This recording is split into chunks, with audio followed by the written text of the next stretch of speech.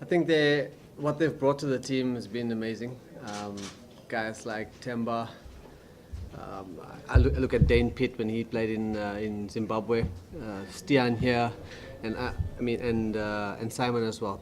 They've brought a lot of energy to the team, a lot of freshness, and I think everybody kind of enjoyed having, a debutant. You almost feel a little bit nervous and excited to see how they perform, and I think that's a really good thing. When you have that kind of situation, it's also important that the guys around the team who's been around, put some performances in to try and take the pressure off them. And we were quite fortunate in all the circumstances that senior guys kind of managed to get some scores. Yeah, I think yesterday was a very important day. We kind of knew we were going to get onto the park, but we knew if we get 1 or 2 wickets, especially Samuels and Chanderpaul, although we only got him out in the last wicket, but if you opened up an end with the kind of bowling attack we do have and the way Simon was bowling, we could possibly bowl them out, and thankfully it worked out that way. I think it just shows how important that first innings lead with the bat just how important it was. I mean, the way AB played was exceptional to get us to almost 100 runs lead. The wicket seemed to deteriorate quite a lot, more than I've ever seen the Newlands wicket do. It got quite difficult to bat on, and probably a score of 220 or 200 plus would have been quite a challenge. The opportunity to win the Test match, as Telford mentioned, was yesterday. If we bowl them out for a lowish score, we could basically seal the game. And being a shortened session or shortened day of 50 overs, I felt that the seam bowlers especially, were not going to bowl a lot of overs in the day. So there was all the reason to give 100% throughout the day, and that's what happened. As I said, Simon held one end up really well, although Samuels took him on the other end. He did a great job for us, and I managed to rotate the seamers, and as I said, their efforts were brilliant. Well, certainly as captain, you hope that you can learn more and more.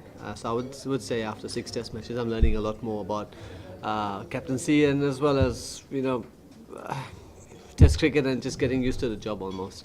I suppose I'm very fortunate in that my tenure as captain has been a very short tenure to begin with, so it's given me a lot of time to contemplate on it.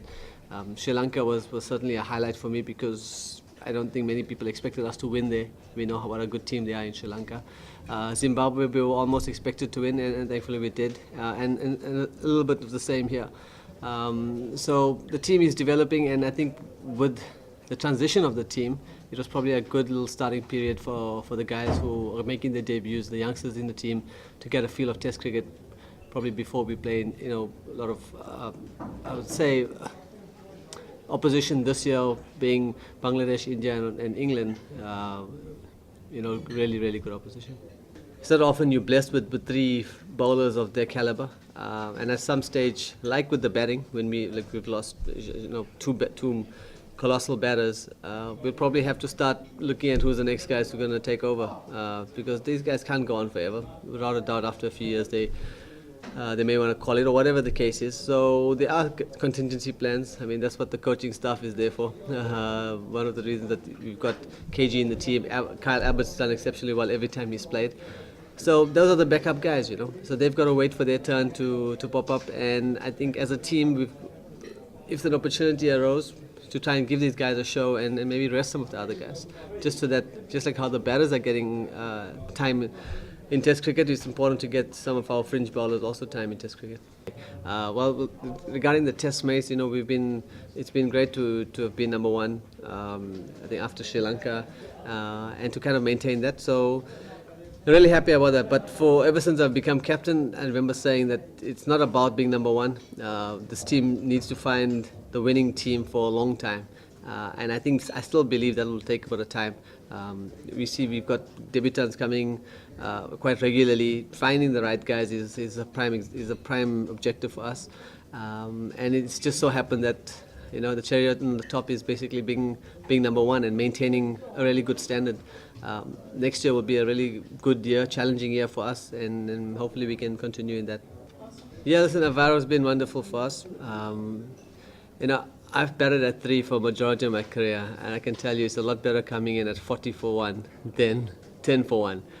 So I think his value that he's added, even though he's not got the big scores and there's been a mounting pressure on him, he's handled himself exceptionally well. And I think we will probably hear a bit later, what's going to happen.